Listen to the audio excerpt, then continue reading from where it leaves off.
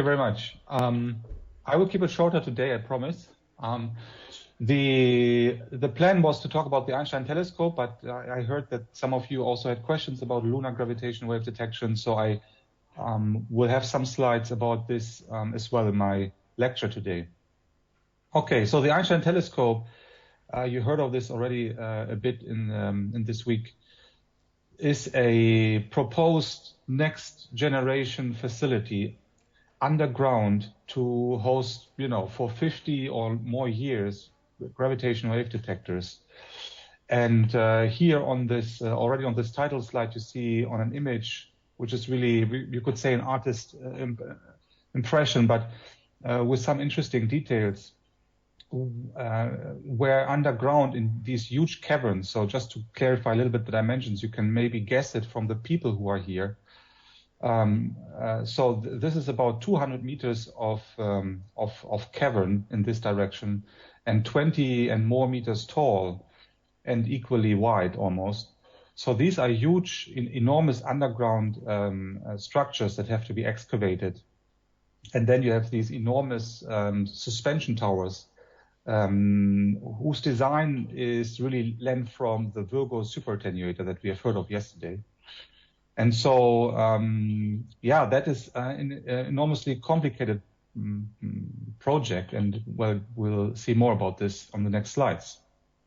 To start, now there's a certain process to it. It's not an improved project. It has, let's say, taken some hurdles, but we have not really, in a definite way, money on the table that would pay for this. So what we do have is two candidate sites at the moment, Sardinia and one in, well, it's really in the Netherlands. It's in the Meuse-Rhine region. And there is also a third site somewhat under investigation at the moment, but it's not really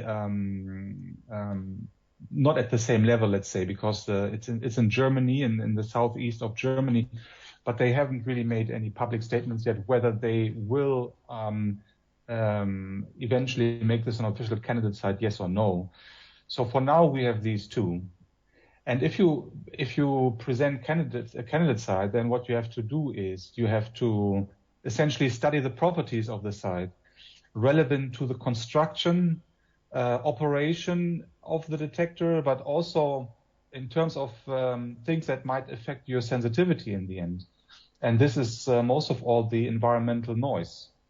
So these studies are happening right now, and I will show a little bit about this on the next slide. Now here, just to give you an impression, I guess you heard already that Einstein telescope is proposed as a triangle with equilateral sides, so that's like 10-kilometer side length, and so each vertex looks a bit like this. So there are different parts here. This is all part of this vertex here, with chambers, suspension towers all over here in these structures. And so what we will see better later on is that you can, the triangle means that you have from each vertex, you start with a interferometer whose arms reach out into these tunnels. So from each vertex, you have like interferometer arms starting. And that means that in each arm, you have, let's start with two interferometer arms. And then, of course, the question is, where's the end of one interferometer and where's the start? So here are all the input test masses. And here you can see end test masses. That means the end of the interferometer that starts from the other vertex. So I can already mention this. We will see this more quantitatively later on. This is made on purpose. You don't want these two parts close to each other because you want to avoid interference between the two. Either because you want to work on one interferometer while operating the other, or also in terms of the environmental noise, you want it to be as different as possible between two different interferometers. Okay.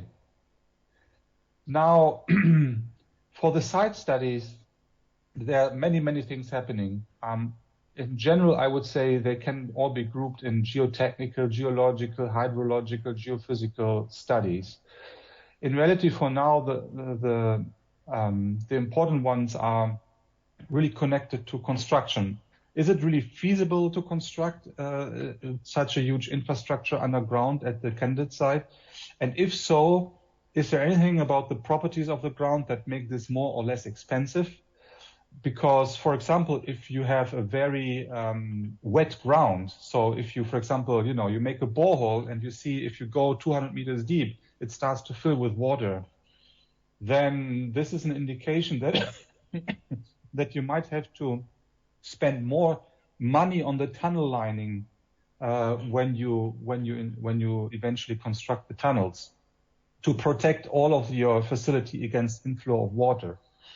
Now, these are lessons that we learned very well from Kagra, because Kagra was a bit, let's say, unlucky, maybe also not careful enough with their site studies, and they overlooked the possibility of seasonal water accumulating in the mountains, and then that water is regularly at certain times flowing into the tunnels and then producing something that looks like really waterfalls in your gravitational wave detector. Of course, that is something that you want to avoid if possible. So hydrological studies are, and of course this is all about costing as well. Like how expensive will it be to build an underground detector there? The geophysical studies are meant to provide us information, like myself, to do studies in the end of Newtonian noise, for example. And it is very clear, the question, for example, might be, why do we even want to build a detector underground? I indicated this yesterday already a little bit, but it's a really complicated question in the end if you want to give a definite answer to it. So the question is, why underground? And of course, why not is easy. Why not? Because it's expensive. So if you can, and it's not the only answer to that. I mean, there are other advantages of constructing detectors at the surface, because you also have very easy access to the laboratory buildings. If you work underground, then there are certain safety procedures, constraints on working hours potentially. So there are things that make it a little bit harder to, let's say, commission a detector underground. Now, but why underground? So the only reason in the end is to escape environmental noise, which is always larger at the surface than it is underground. And it is environmental noise coming from the atmosphere, but also from the seismic field, at least the one from the surface waves you can escape, as we saw yesterday, by going underground. So these are the main drivers. So we're doing all of that in the end for science, justified for science, because of Newtonian noise. And we are willing to pay, I don't know what the extra cost is, but maybe 500 million more for the detector, just because we want to reduce Newtonian noise. Now, we saw also yesterday from the Newtonian noise spectra that this is really a low frequency problem. So we are trying to gain in this way maybe sensitivity below 20 hertz. Now, for the Newtonian noise studies, we need to understand things like, what is the speed of seismic waves in your ground? These are and these can be used, these models in the end, to implement in our finite element simulations. And here you can see the outcome of such a measurement, where they were deploying geophones along long lines here in a cross, and then in the end they were driving around with a hammer truck. It's a truck that has a huge device at the back that can stamp on the ground, and in this way produce you an artificial signal, and that signal is then used as a probe to study the properties of the ground, and then something like this comes out of it from many measurements, and And you can see, for example, this is always, in a typical way like this, you have seismic speeds very slow, very close to the surface of order 500 to 1,000 meters per second. But then here in the deeper layers, and we are just talking here about 50 meters depth, essentially, so it's not even that much, you already get, at least at the Sardinia side where this was done, you already get to speeds of 5,000 meters per second. So these are becoming very fast. So VP means the speed of compressional waves. These are the very fast body waves that we have. All the other waves are somewhat slower than this. But anyway, it shows you that speeds indeed underground are very, very, very high.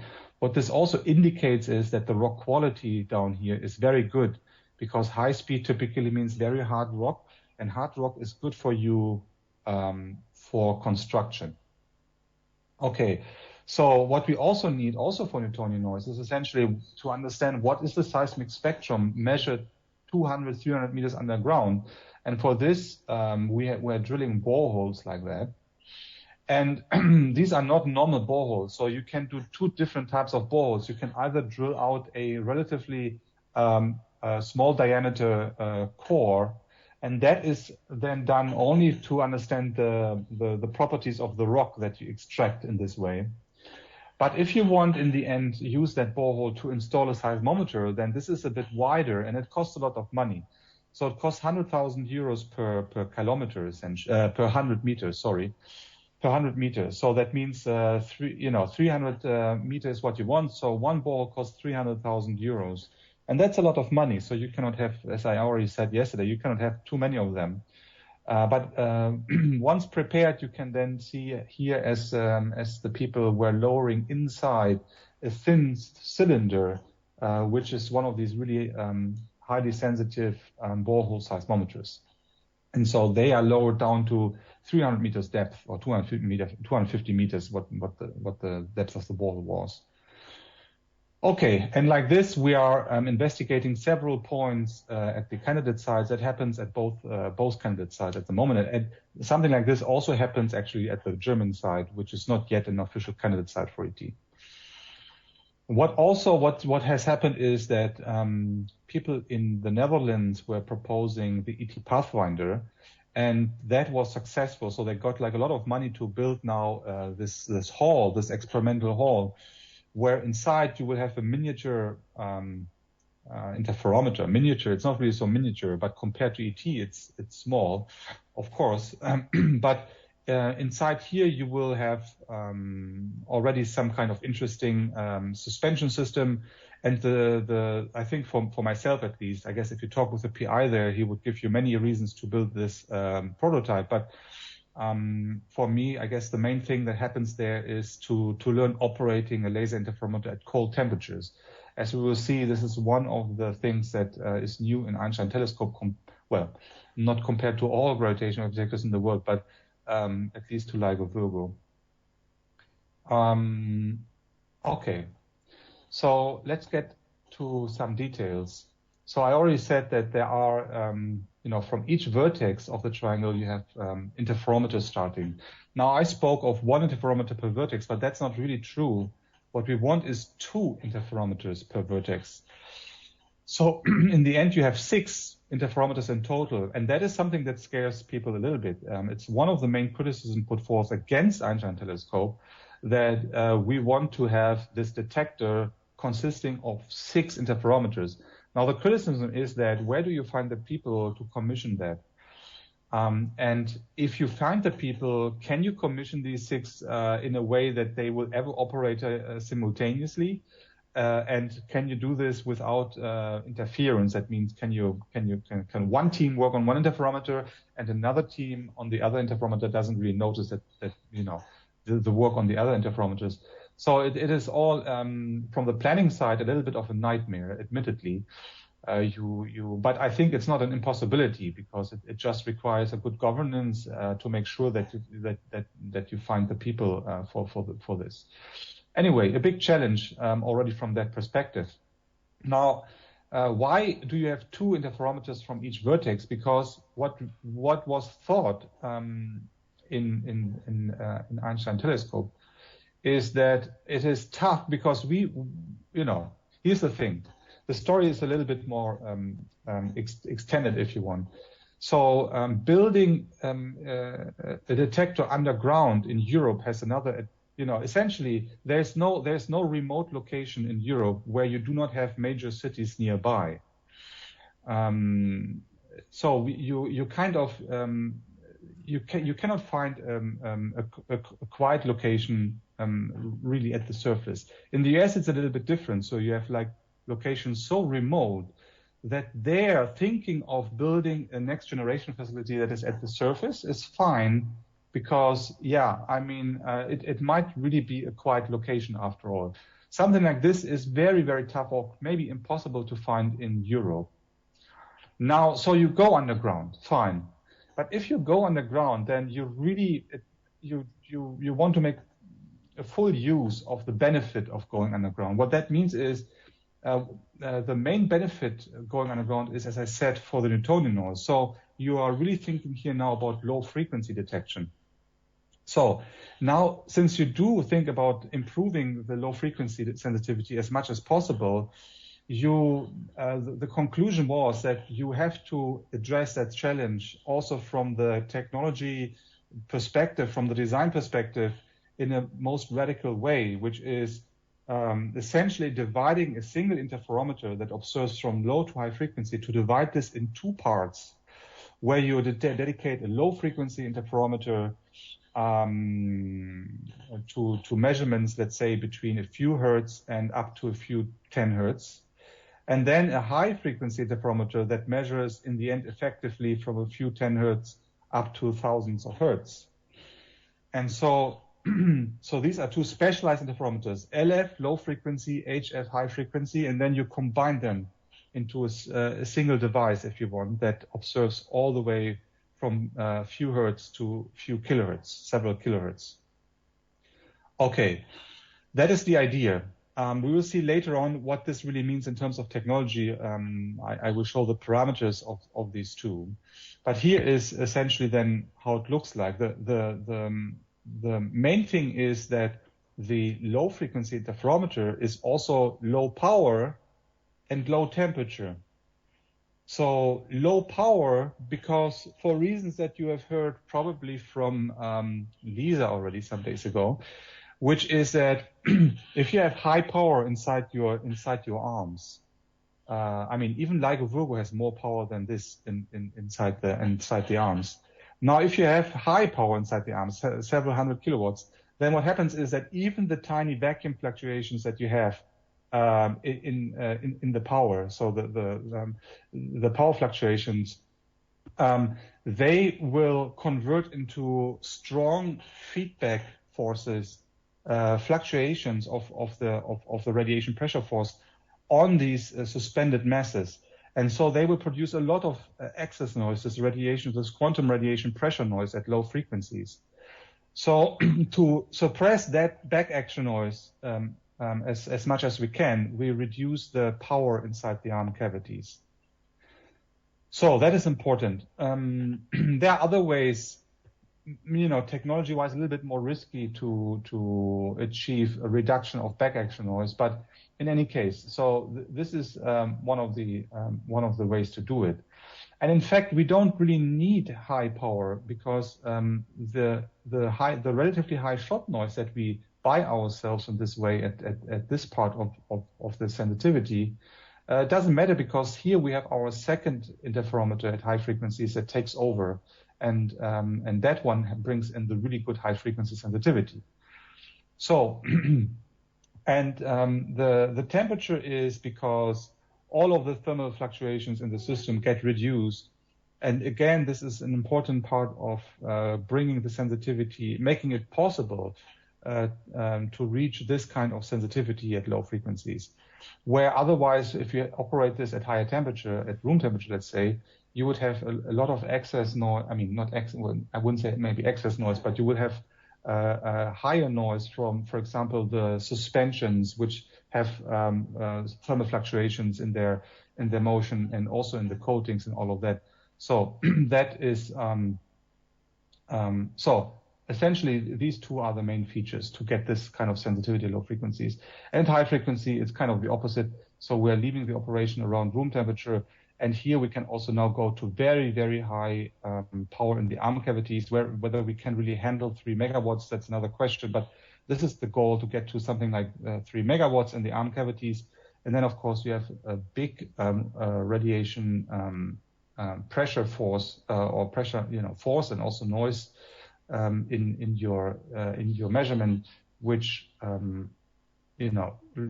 leads to relatively high low frequency noise. But again, we don't care because we have our low frequency interferometer taking over there. Now, so far so good, but of course, choosing such parameters, especially when it comes to the temperature choices, that has really a lot of implications. And you can see this somewhat in this table here. So the high frequency and low frequency interferometers will have the same length. Now the arm power, I already said 3 megawatts against 18 kilowatts temperature. Now here's already an interesting consequence of that. You cannot operate a low frequency interferometer, which means at this temperature, with fused silica. Because the properties of fused silica at these low temperatures become quite bad. So they are not the high quality material anymore that you want it to be. You have to switch to another material for that reason, silicon. But now if you choose silicon, it turns out you cannot use the same laser frequency anymore that you use in LIGO Virgo. So you also have to change then the laser wavelength to 1550 nanometers, for example.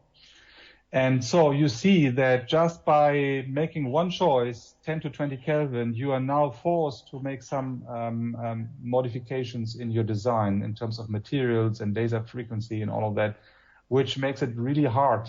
And then this is just like the main design components. But we also know from Kagra that operating a detector at cryogenic temperature is very, very hard, because you have to cool the test mass and the suspensions. And how do you get the heat out of your system to get to these temperatures? Essentially, you have to put in a thermal link and then suck out the heat somehow from that part of your suspension. But what happens is that this thermal link is connected to a reservoir, which is provided by a cryocooler, and that cryocooler is a very noisy device. So what you are doing is essentially you have like a highly vibrating thing, and you connect a thermal link to it, and then all the way that thermal link gets to your lower parts of the suspensions.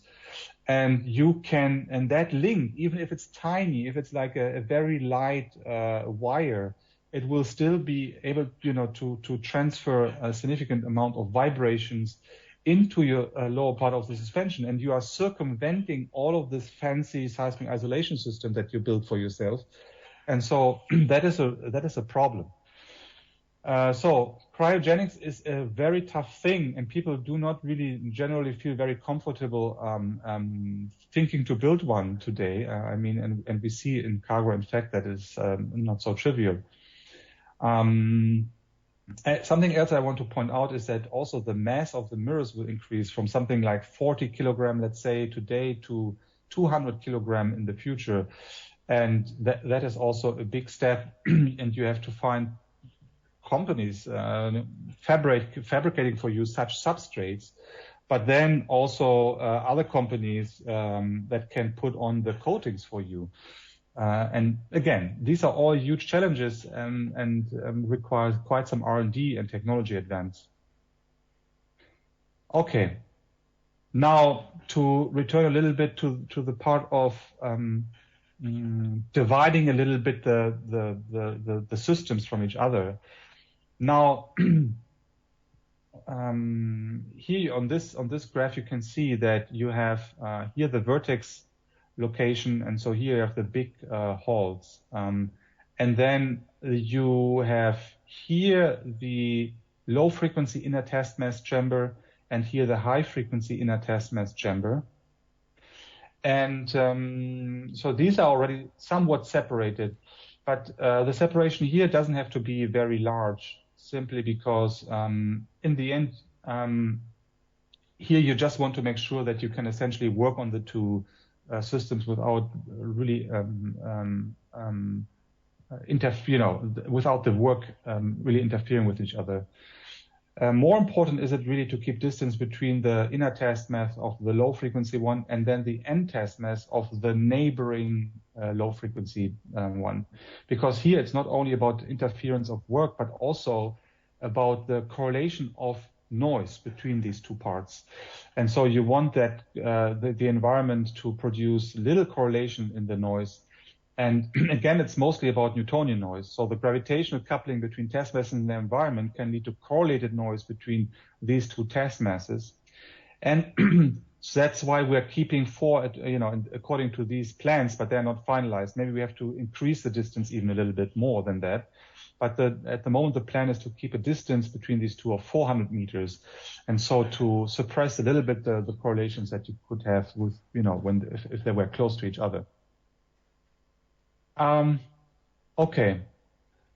Now, of course, I just want to, because I'm not going to show this later still, I also want to show you, how this looks like. The tunnel cross-section has now 4 separate vacuum pipes because you have 2 interferometers, low frequency and high frequencies, coming from each vertex location. And so in the end, it's 4 interferometers showing in each tunnel. And that is also a criticism that, well, can you make that installation? Can you really put together these long tunnel vacuum pipes in a tunnel when you have 4 of them? And yeah, I mean, these are all somewhat open questions still, even though some feedback we got from companies say that this can be done. But anyway, it's still preliminary, I would say, the planning. Okay. Now, something that you have to be careful about is the following. You pay now, let's say, just to make up a number, because I really don't know what the precise number is, but let's say you pay 500 million more just to be underground. So that's a lot of money that you're asking from the taxpayer. And it's all, essentially about improving your sensitivity below 10 hertz, right? Because let's say above 10 hertz, you would be able to reach 3rd generation or next generation kind of sensitivities also at the surface. But below 10 hertz, that's really where things get tough at the surface. So if you pay that money, then there's something that might happen potentially. You build, you make a bore at your candidate site and you see fantastic. It has like a wonderful underground spectrum. It's really quiet where you want to build the detector. Fine. Now you build your underground infrastructure and you put in everything, the vacuum system and everything. And then at some point you're measuring again the seismic spectrum. And what you might find is it is not as quiet as it was when you made the borehole study. And why is that so? Because, we know that each gravitational detector has its infrastructure. And it has vacuum pumps, it has cryocoolers, and it has a ventilation system. And these are all noisemakers. And that's a problem. So this is something to keep in mind. You have to also provide an infrastructure that is low noise, either by keeping the noisemakers really far away from your test masses, but that might not be good enough. I show you here a typical case. I couldn't find a Kagra spectrum. I had them somewhere, but they look very similar to the seismic spectrum that you see here, which is something that we measured at the National Labs of Gran Sasso underground nearby L'Aquila. And so also at Kagra, it looks pretty much like this. So we're here 10 millihertz to 50 hertz, I guess. And what you can see is, again, here the low noise model that we looked at yesterday. And you can see that at LNGS, which is a very noisy place, I can guarantee you, there are many experiments with many machines, complicated ventilation, because they need ventilation to keep the radioactivity in the air at the lowest possible level for the experiment. So it's a very rough environment, if you want, for an underground research facility. And even though they maintain close to the low noise model up to 10 hertz. So what that means is the infrastructure that they build for the experiments doesn't perturb in any significant way the seismic spectrum between, let's say, 0.1 hertz and 10 hertz. Now, up to 10 hertz, that is the important piece of information. There is something here maybe, but anyway, the point is that this is the really interesting band for Newtonian noise for next generation detectors. And so here, luckily, there's not much, at least, excess noise produced by the machines. And if you look at the spectrum of Kagra, it looks the same, even a little bit quieter, without any excess noise really in this band. So that is good, because it somehow seems that for whatever reason, the machines that you have, be it for LNGS dark matter experiments or, neutrino experiments, be it for the gravitational wave detector Kagra, the machines do not produce excess noise below 10 hertz for some reason.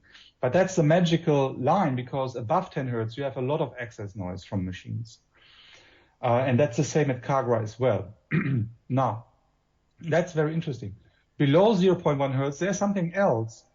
And that's a little bit of a not fully understood story. We know from Kagra studies that this is connected to pressure fluctuations in the underground infrastructure. And now there are different theories. So Kagra studies seem to say that these are atmospheric pressure fluctuations that somehow manage to push on the ground and produce, ground tilt or whatever it is. Now, strangely though, I mean, this is, first of all, this excess noise is absent in boreholes. It's also absent in some underground infrastructures, like, for example, the Sanford Underground Research Facility in the US doesn't have that excess noise. Or at least 10 years ago, it didn't have it, and now it has a little bit of it. So there are things that can change in your underground infrastructure, which cause this to exist or not. And that is a little bit the puzzle. So if it's atmospheric, if it's entirely atmospheric, then you would think it's always there, independent of how you design your underground infrastructure. But maybe, so my suspicion is that this has also to do with the ventilation system. And so we have to study this better. But now this, you might think like, okay, but this is 0.1 hertz. Like, who cares? We want to measure, with ET, maybe at 3-4 hertz gravitational waves and above. So why do we all care about these low frequencies? This is because you have to control your interferometer. You have to align your test masses. You have to keep them still, even if you are in a locked state, so that everything operates at a high sensitivity state and stably without ceasing operation because of some seismic disturbances. So you have to control, and for this interferometer control, the low frequencies are important. And since this might be connected to ground tilt, it is specifically an important problem for Einstein telescope to study carefully. So anyway, just to say, the whole, that's a very important part of the story to sort out, because we want to get the maximum benefit from paying 500 million more than we would have to at the surface. Okay. Newtonian noise, well, I keep the story relatively short because we had already a lot about Newtonian noise yesterday, but if you go underground, then the surface waves, the Newtonian noise from surface waves gets suppressed. So here you see the ET sensitivity target, then you see the Newtonian noise that we predict from body waves, depending on the side. So this is a green band of Newtonian noise, which is still potentially leading to some limitation at low frequency. So interestingly, going underground is not solving the Newtonian noise problem completely. It is strongly suppressing Newtonian noise, but not completely removing it out of the picture. At least it depends on the quality of the side, whether you can truly forget about Newtonian noise or whether you still have to think of a Newtonian noise cancellation system. But the surface Newtonian noise from the surface wave, which really means the Rayleigh waves, here, depending on depth, you get a strong suppression. And so you see the difference. So this band here, the violet band here, for example, is for 300 meters depth. So depending on side quality, again, it might be that it still matters at very low frequencies, or that it is really sufficiently suppressed underground. But this is the Rayleigh wave Newtonian noise is one of the main reasons we go underground. The other one is the atmosphere. Now, if you have to make a Newtonian noise cancellation system, now that would be a very expensive, complex system for Einstein telescope, because you have to deploy this, the sensors around the test masses, so you have to drill boreholes. And we just heard that boreholes are very expensive. So this is around 50 million euros yet another time that you would have to invest into such a system, because you have for each of the low frequency test masses, you have to make a Newtonian noise cancellation system. And we have 3 low frequency interferometers with 4 test masses each, so we have 12 test masses. So for 12 low frequency test masses, so just, these numbers are mind-boggling, because if you put them all together, you have 24 test masses. Okay, Virgo has 4, LIGO has 8 if you want, 2 detectors. But here we are talking about 24 suspended test masses, half of them for the low frequency side. That's where we worry about Newtonian noise. So for 12, you have to build these, drill these boreholes. And for each test mass, we think that we need like 30 boreholes. And then you just make the math and you get to an insane cost of such a system and a complexity that you add to the whole thing. So we have to make studies very carefully, because we don't even know where to drill these boreholes. So that's where we come back to this Bayesian Newtonian noise estimate, where you have few measurements, maybe many measurements of seismic correlation at the surface, few measurements underground, and then you have to model it to compensate for the gaps that you have in your understanding of the seismic field underground. And then you have to put it together in a Bayesian way, and you have to calculate from that the optimal location of these boreholes, and then put seismometers inside there. It's a nightmare. And well, we are working on this. I could also imagine that at some point people decide, okay, that's so much risk and so much cost that we will just accept any loss in sensitivity from Newtonian noise, and we won't do anything about it. We'll see how things will go. Okay, to summarize a little bit, I guess plots like this you have seen before already. With Einstein telescope and Cosmic Explorer, really try to push sensitivities by almost a factor 10 compared what you could potentially do with the current facilities.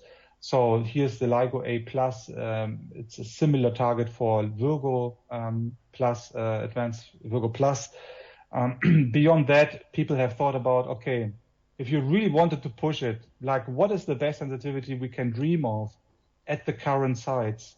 So people called this idea Voyager, and this is kind of the best you could possibly do, at least at the LIGO sites. At the Virgo site, probably you wouldn't even be able to reach this ever, because we have other constraints there. But then it's really a huge step from this blue curve here to the Cosmic Explorer Einstein telescope. Now, a little bit of the science. I will rush through this because you have heard already about science, and there will be a little bit more still from Marika. So the horizon is increasing from, something that we could think of getting maybe to redshift 2 with our detectors now. Now means with upgrading, keeping upgrading the detectors that we have at the moment, we could maybe get to redshifts of 2. While with the Cosmic Explorer and Einstein telescope, we will get to 100, which is well into the dark ages. And of course, that is enabling a lot of new science. We will see about 10 to the 5 Newton star binaries, which is about 10% of the Newton star binaries in the universe, and about 10 to the 5 black hole binaries, which is about, with ET to be precise, it's about 95% or 95% of the black hole binaries that you will see in the universe, in the observable universe, in the Hubble volume, whatever you want to call it. So, and that's of course immensely more than what we are seeing now. I mean, we have seen 2 binary Newton stars, and now we're talking about 10 to the 5. Now that, and per year. And so of course that is by itself enabling a lot of science. I will come back to this. Okay, let's skip this. I will also skip this because it's one example of the breakthrough science that will happen. Of course, if you observe 10 to the 5 Newton star binary mergers, then there's a lot of multi-messenger science that you can do, and Marika has told you a lot about this. What I find interesting really is the population studies. Population studies are important for at least two reasons. I mean, first of all, there are different formation channels for example, binary black holes. You have the field, the usual astrophysical origin of the black hole binaries, but you can have black holes also produced in that way in clusters. Now, if they're in clusters, this is a little bit, more complicated, because then the black holes are so close to each other that they can even interact later on. That means a black hole can interact with a third a black hole binary can interact with a third black hole, or a black hole binary can merge and then find again another black hole to merge with. And so you can also increase with generations of mergers the masses of these black holes. And this also leaves imprints in the waveforms in terms of the spins that these black holes have and all of that. So studying really the population in detail is very interesting, because you learn something about the formation channel. There's one very early one, which we call population 3 stars, and then black holes coming from this population. Now, that's all very interesting. What I find interesting in the end is that if you define a population, this is also a way for you to define the outliers. So you have a population, then based on that, you say like, oh, but this one doesn't fit in our population. I think that's the interesting part. If you have a good population model and very precise, it allows you to make also very precise studies of what is an outlier, which is in some sense really another very interesting piece of information to have, to be able to explain the outliers in a population of 10 to the 5 binary black holes. There's another population which we don't really know if it exists, but people are speculating that there might be these primordial black holes. And the local merger rate, at least, is peaking towards very high redshifts. And again, it would be, of course, that kind of a Nobel Prize-worthy observation to be able to say, okay, this black hole, binary black hole merger that I saw is actually a primordial black hole. Now you can do this by really finding the entire population, a trace of the entire primordial black hole population. You might find this by studying essentially plots like this here. But you can also try it another way. If you just make the detection far enough in redshift, the only explanation for that merger to happen might be that the black holes existed with the production of the universe and have no astrophysical origin. Now, and so this is studies that we did recently by just looking far enough in redshift. You might be able to see a merger there, be able to say that it happened at this high redshift, and then say, okay, then it must be a primordial black hole. So these are the ways we can look for them, and I think it's extremely exciting, one of the very exciting science cases of these next generation detectors. I'm not really an expert here, but when I heard the presentation of Vitor Cardoso, I think, it was in 2020, which was titled "Black Holes: The Ultimate Engine of Discovery," I really noticed that, in the way he summarized it, it was a fantastic thing to listen to, because there's so much exotic physics that can exist in the vicinity of black holes. And of course, exotic, when you say exotic, then the next reaction is unlikely. It means like, or sometimes maybe even people would say inconceivable. But in the end, it's really these are parameters to explore, whether you might have boson fields accumulating near the horizon of rotating black holes, extracting energy from the black holes and essentially producing the phenomenon called superradiance, which might also leave imprints then on the waveforms of black hole merger, for example, or the search for echoes, gravitational wave echoes, where essentially gravitate, it's another of these. I find this fascinating when you have two black holes and then essentially the space-time that they produce in the final stages of the spiral emits gravitational waves in all directions, if you want, and it can even go from one to the other black hole in some sense. And then the gravitational wave that is incident on one black hole can either be absorbed or it can be potentially reflected from the black hole. And now that depends on quantum properties, on the idea of a discretized horizon. And I find that all very fascinating. And then generally, of course, you can study the nature of your compact object, whether it is really a black hole or neutron star or something more compact than a neutron star, but less than a black hole. But then what really is it? Can you actually find ways to assess whether there is a horizon or not in the objects that do the merger? So these are all a series of questions which I find highly interesting.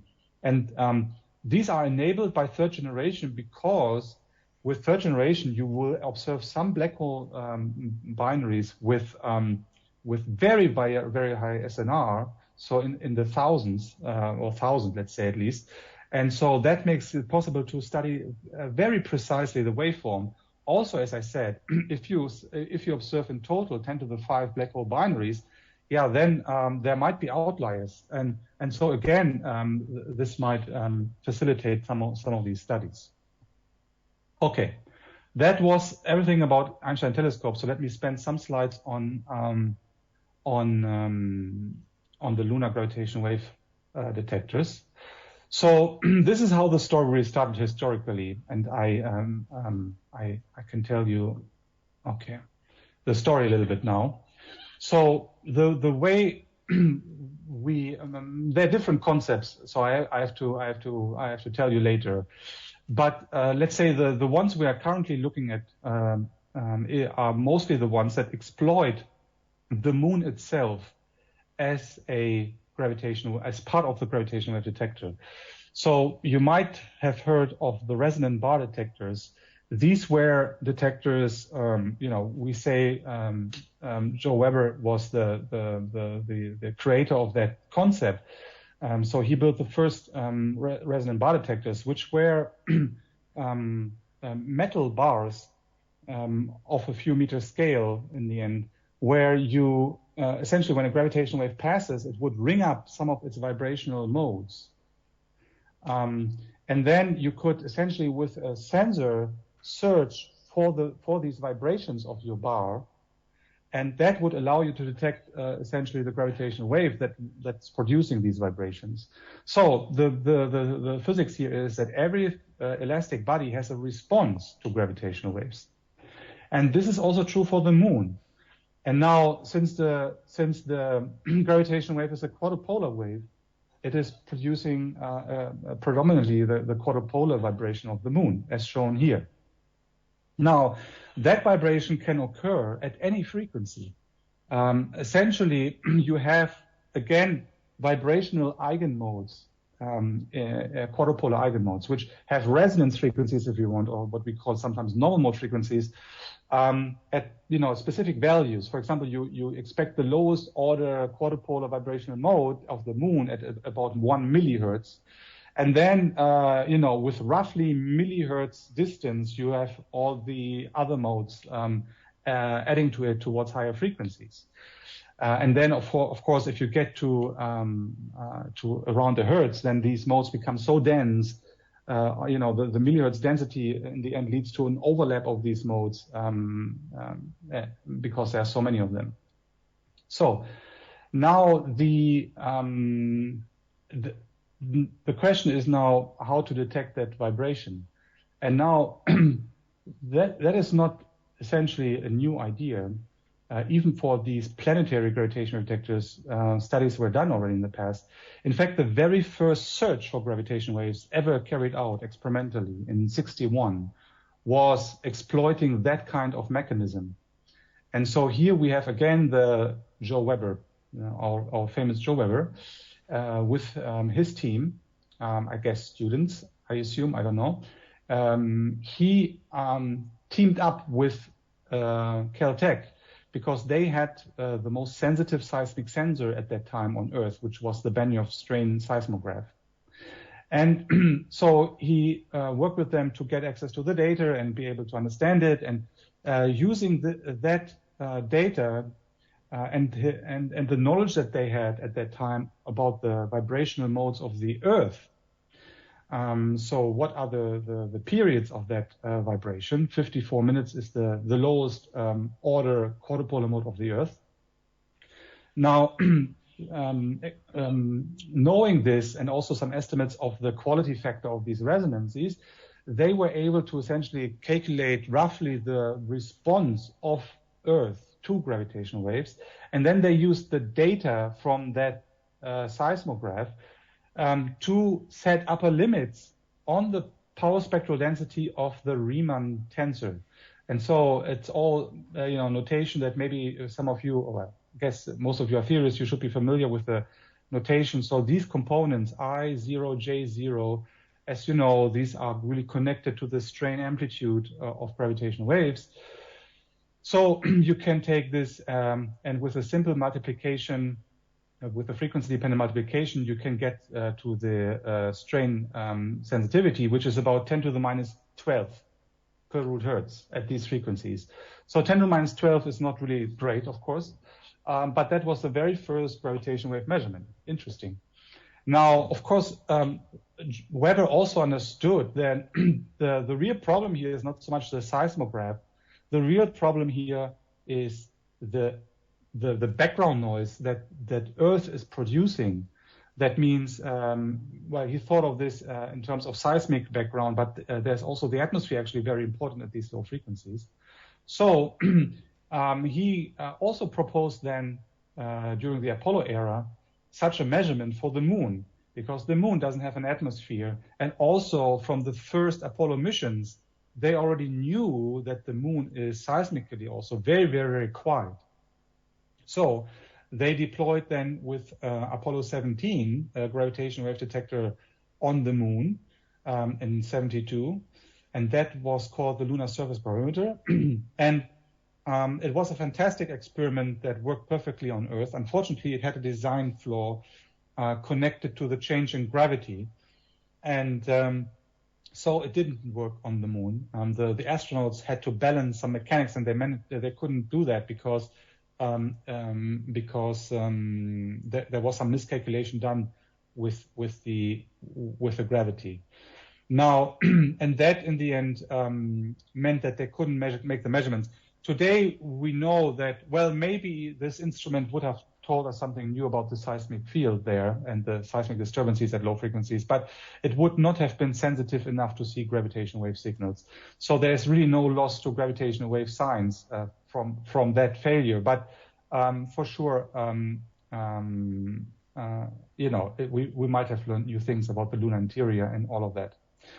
Just to complete a little bit what you see here. So this is the gravimeter. And here in the background, what you can see is the RTG. It's a nuclear power device. So every Apollo mission deployed a seismometer, and except for Apollo 13, that seismometer is on the bottom of the Atlantic Ocean. But every other Apollo mission was deploying on the moon seismometer together with a nuclear power device, because these seismometers were operating for up to 7 years. And then not because they were running out of power, but simply because NASA didn't want to operate these experiments anymore. They were switching them off. So for 7 years they were operating. And then there's a communication relay, a radio link, and all of that. Okay, now we can step into the more recent past. So 2020 was the year where independently 3 groups were proposing lunar gravitational wave detectors, and they are interestingly, all 3 are different concepts, different ways to detect gravitational waves on the moon. There are the concepts which I call type 1, which exploit the response of the moon to gravitational waves. And there's one which is really similar to the original idea of Joe Weber, to have a seismometer deployed on the moon to measure the surface vibrations. But there's another way to do something similar, which is like measure not the displacement of the surface with a seismometer, but to measure the deformation of the moon because of the gravitational wave by using a laser interferometer. So now what you do is you are connecting mirrors to the ground, and then you're operating a laser interferometer, which looks almost like LIGO Virgo, but with a big difference that the test masses are not suspended, they are mounted on the ground. And now you are measuring the deformation of the moon because of a passing gravitational wave. And that is the lunar seismic and gravitational antenna that was proposed by Stavros Katsanevas, our EGO director, and people working with him. While I'm personally behind this one here with the team, the lunar gravitational wave antenna. And then there is what I call a type 2 detector, which is really a LIGO Virgo type detector, where you try to build the full thing that we try, on Earth. You do the same on the moon. Now, the idea is kind of nice because we know that for the low frequency sensitivity, the environment in a direct or indirect way, directly because it produces Newtonian noise and so on, indirectly because also it influences how we have to control our interferometer. Now, all of that kind of gets much easier on the moon because the environment is like so much quieter. I will show you a plot how quiet it is really. But it is, from the practical perspective, it's a nightmare because you still need a suspension system against ground vibrations. So that means what we currently, realize as huge, massive mechanical structures. And then on top of that, you have like these fine suspensions at the end from some glass or crystal fibers. Now, to do that on the moon is something that, we simply would have no clue how to realize that because you need like so many people on the moon to do that. But it is at least a vision for maybe what one day in the future we would be able to do on the moon. And it could, eventually then, in the far, far future, it could lead to really interesting observatories. Now, talking a little bit about the concept where I'm directly involved in, the lunar gravitational wave antenna. Now, that is essentially a deployment of 3 seismometers in a kilometer scale array on the moon. Now, exactly how you deploy it and all of that, nobody has done studies about this yet. We thought about a single deployment with a single lander, and then you have a rover essentially deploying the stations on the surface. You could also think about separate landings. Now, why? We can now also justify a little bit why the moon is such a great place. Now, you see this. Again, this is a histogram of seismic spectra. This is from an Apollo seismometer. Now you see this curve here. This is the one which was the lower limit of how quiet it can get anywhere on Earth.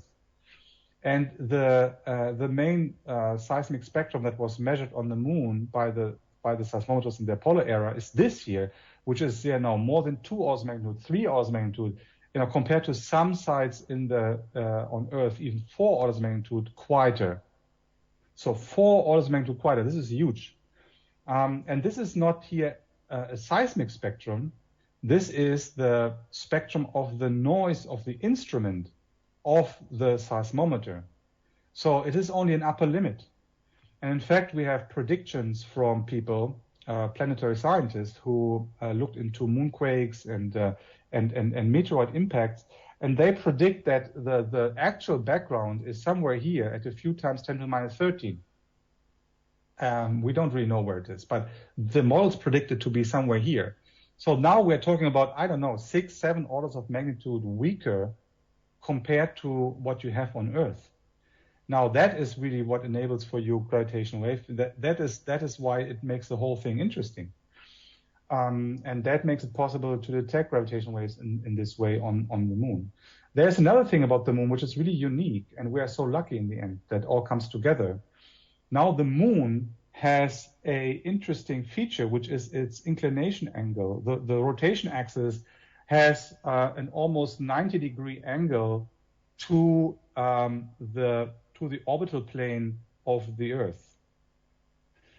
Now, what that, or actually, I should also say the orbit of the Moon around the Earth. Now,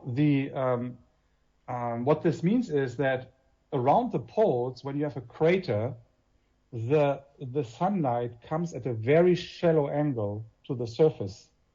And if you are inside a crater at the lunar poles, what can happen is that inside of these craters you have permanent shadows. So these are regions where for billions of years you didn't have, or since whenever the crater was created, you didn't have a direct sun ray hitting the surface. Now these are permanent shadows, and one of the consequences is that these parts are very, very cold, so that there are some permanent shadows which are at even 30 Kelvin and below continuously. Now that is very interesting because it gives you a cryogenic environment for free. So you can do fancy cryogenics if you want. It's not cryogenics anymore. It's a natural environment. You can make payloads that exploit the cold temperatures for their benefit in terms of the sensitivity. Again, we have seen for Einstein telescope, we want cold temperatures because we want to reduce the thermal fluctuations in your system. Well, there you have a natural environment that helps you with that. And so you just put your seismometer there and you make it immediately cryogenic. Of course, it requires still some kind of thought because you have to still manage heat in your payload. But you can keep the important parts of your payload cold and do, for that reason, more sensitive measurements with a seismometer, for example. Now, and that is interesting. So there are some kind of practical issues I will not get into, but in principle, it just shows you that the Moon has some kind. It's not where it ends. The Moon has even more benefits geologically, and so you can, in the end, build really great gravitational wave detectors in this way. Now, what we are after is essentially to make this a decihertz gravitational wave observatory, which is the missing link. So people call it the missing link because you have the LISA detector at low frequencies and then Einstein telescope Cosmic Explorer at high frequencies. And in between there's a gap. And what we know is already from past studies, because people found that, already thought about space detectors like LISA for this band. And from these studies, we know that this is a very rich band in terms of the science. So it's really worth building a detector there, but it is so hard because you cannot do it on Earth because you have all the Newtonian noise and, it's a mess. You cannot get good sensitivities on Earth in this band. You might think like, okay, but why not make a LISA type detector for the decihertz band? Well, that sounds somewhat more feasible, but if you look into the technological details, it's again extremely challenging. So it turns out that the lunar gravitational wave detectors might be the first technologically feasible, almost maybe I wouldn't say straightforward, but definitely feasible concepts and approaches to do decihertz gravitational wave observations. And this allows you also to enter into multi-band operations with observations with LISA, for example, if you had a simultaneous observation with LISA, or with ground-based detectors. Newton star binaries could be observed here before they get into the band of detectors, warning essentially ground-based detectors of an upcoming Newton star binary signal. Or you can make intermediate mass black hole binaries you could observe with LISA and such a decihertz observatory. Now, at last slide, just to summarize a little bit about the decihertz science that you could do, or generally with lunar gravitational wave detectors, you have tidal disruption events, for example, that you could observe in gravitational waves. For example, if you have an intermediate mass black hole and then you have a white dwarf that is kind of starting to spiral into the intermediate mass black hole, gets tidally disrupted in the end and then plunges into the horizon. So these disruption events will be seen in gravitational waves, but also electromagnetically, which allows you to do multi-messenger observations. Of course, as I already mentioned, you can give warnings for neutron star mergers well ahead, and this could help also multi-messenger observations. There are connections to active galactic nuclei because of massive and supermassive black hole binaries. There is a connection for multi-messenger also with the white dwarf binaries, because the merger of two white dwarfs happens in the decihertz band. Now, it's very hard to see these white dwarf binary mergers because they happen so rarely, and the detection horizon for such events is not so enormous. So they are kind of unlikely observations. But if you observe one, which might happen every few decades, that you observe such a merger, if you observe it, then you could settle maybe the dispute that is about its progenitor, whether it is, whether the white dwarf binaries are connected to supernova type 1a, for example. And then there's a lot of fundamental physics that you can do also for the searches of stochastic gravitational wave signals.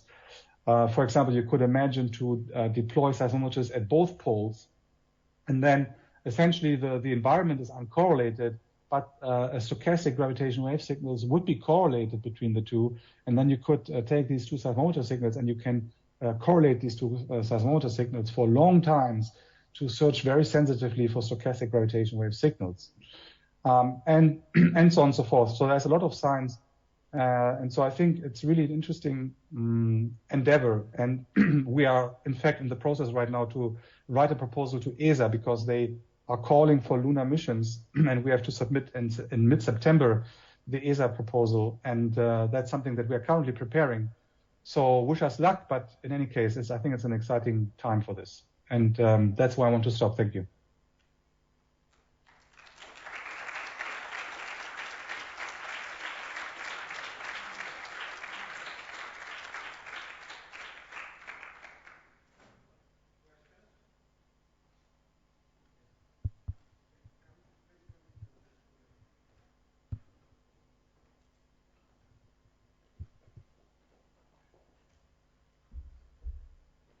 Hi, can you hear me? Yes, I can hear you. Hi. Hi, perfect.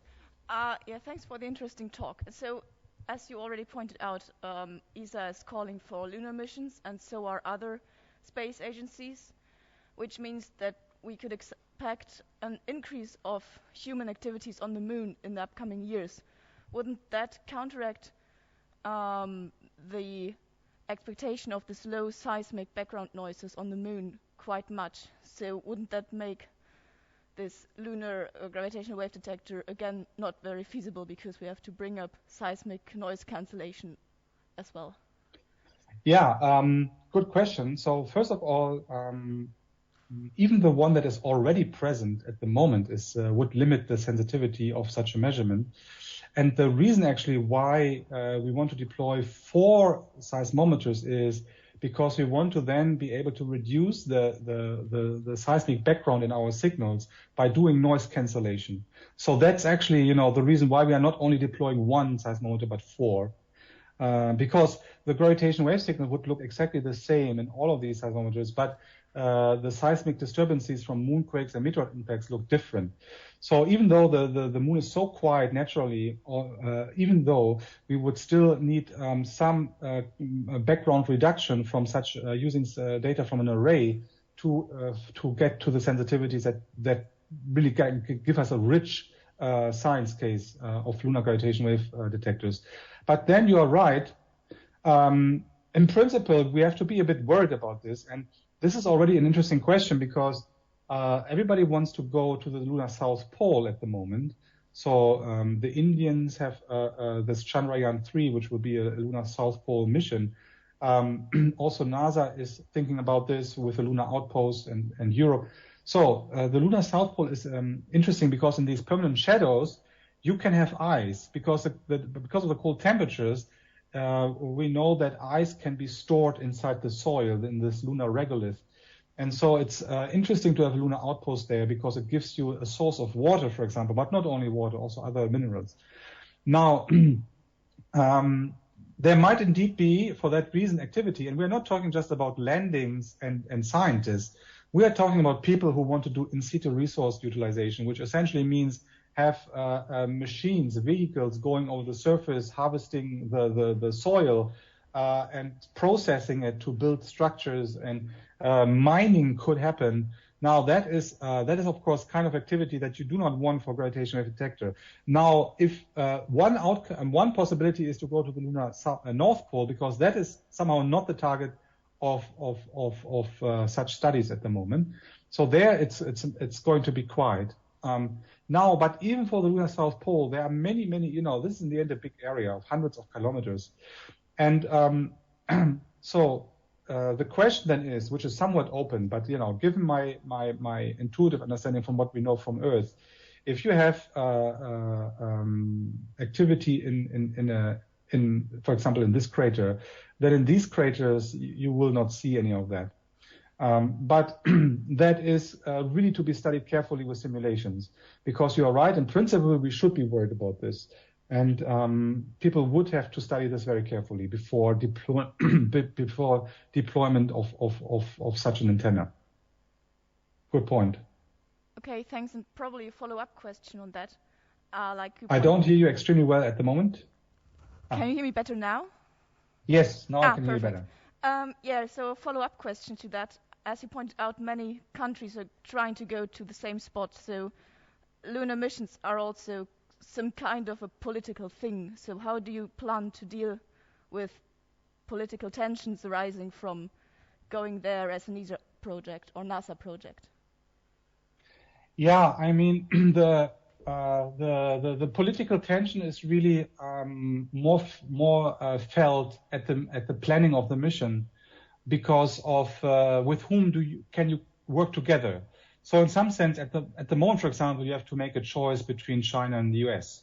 Okay, very simple put, they will not work together. So that is that's already a complication, because we for example have Chinese collaborators in our collaboration, scientific collaboration, also American collaborators. So they can at this level of scientific collaboration, they can be together. But then when it comes to technologies, you don't get China and the US together anymore.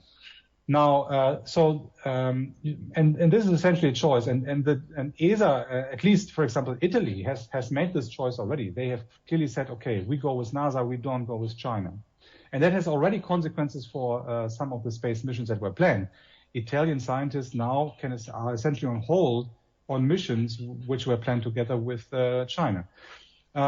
So this is the way it affects us, really. I think when you think about the moon itself and about that there might be some kind of competition for doing things on the moon, now that is really not so much of a problem, because there's a lot of space.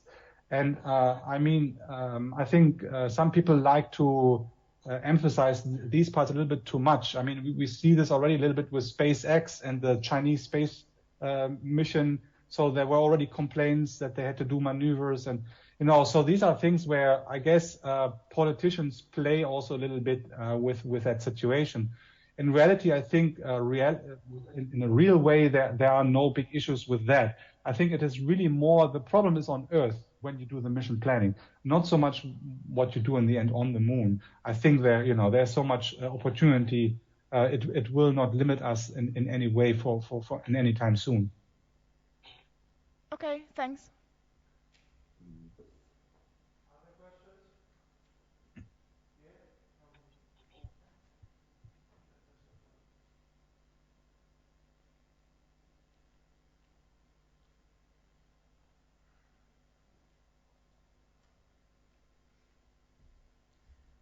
Hi, thanks for the really great talk. Can you hear me? Yes, thank you. Hi. So the moon has also been proposed for other missions, for example, a low-frequency radio astronomy. Is there a way this could be combined with another science case to make it a more combined project? Yeah, we are looking into this. So first of all, of course, very naturally, lunar gravitational wave detectors, at least of the kind that, well, no, all of them essentially, and we don't have to qualify it any further, but any lunar gravitational wave antenna would have a huge overlap with planetary science. So whatever you deploy on the moon will not just be a gravitational wave detector. You can be sure that you would also have, in the end, other sensors relevant to planetary science. Now, in addition to that, we are looking indeed into possibilities for common deployments with astronomers. So the radio astronomy is one of the big things being pushed right now for obvious reasons, because on the far side of the moon, you are always in a quiet zone, very quiet zone radio-wise. Now, yes, you can do that. I mean, we are in contact with these groups planning astronomical observatories, and so we might, but they are, the problem there is really the timeline. So when you think about radio astronomy, they are technology-wise at a higher readiness level. So they have already 2 years ago, essentially, they went into engineering studies and so on, even at ESA. And on the NASA side, there is this FarSight as one of the projects produced by Colorado and Caltech, where they also propose radio antenna. Now, these are a little bit more advanced. So, but what might still happen is, even if you don't deploy together, you could still have certain facilities which are just useful for anybody who want to do science on the moon. For example, the power source is a big question mark for anything that goes into a permanent shadow, because you don't have solar energy. So you have to get your power maybe from a nuclear reactor. But even the US is not really happy anymore fabricating plutonium for such things. So it's not trivial to get nuclear reactors for your scientific experiments. But then if it's just a big 100 kilowatt nuclear reactor and then everybody is using it for an outpost, for science, whatnot, now then this is a kind of synergy that you can definitely exploit.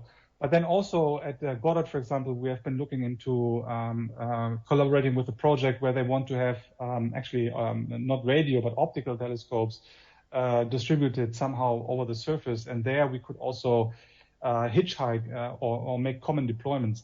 So we are exploring this because for sure things would become, at the very least, much more expensive to get to the surface of the moon if it's just for you, and if you are not sharing the ride and the lander. So so you can make huge cost savings in that way for you, and make it at least much more likely to have a deployment on the moon. So yeah, a very important part for us to exploit. Thanks very much.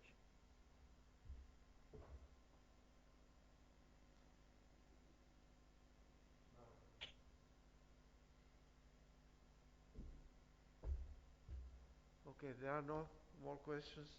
Thank you very much, and good health. Okay, thank you.